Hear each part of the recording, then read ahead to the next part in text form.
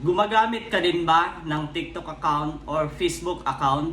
Pero ngayon, hindi mo pa rin alam kung paano yan pagkakitaan. Alam mo ba, meron kaming ginagawa na sistema kung saan pwede mo na gawing pagkakitaan ang TikTok, Facebook account mo. Kaya kung ikaw nakakita ka ng video na ito, tamang-tama. Dahil ngayon, naghahanap kami ng another batch of virtual associate gamit lang ang kanilang mga Facebook account, TikTok account para kumita ng 20 to 50,000 pesos by just doing copy and paste. Ang kagandahan pa dito ay pwede mo siya gawin na part-time. Kung meron kang trabaho, pwede mo siya gawin na 2 to 3 hours per day sa mga bakante mo na oras. Kaya ang dapat lang na kailangan mo ay cellphone, stable internet connection at yung tinatawag na user ID para magawa mo na makakonekta sa aming sistema. Kaya i-comment mo ang location mo sa baba ng video na ito para ako mismo mag-guide sa'yo. See you and God bless.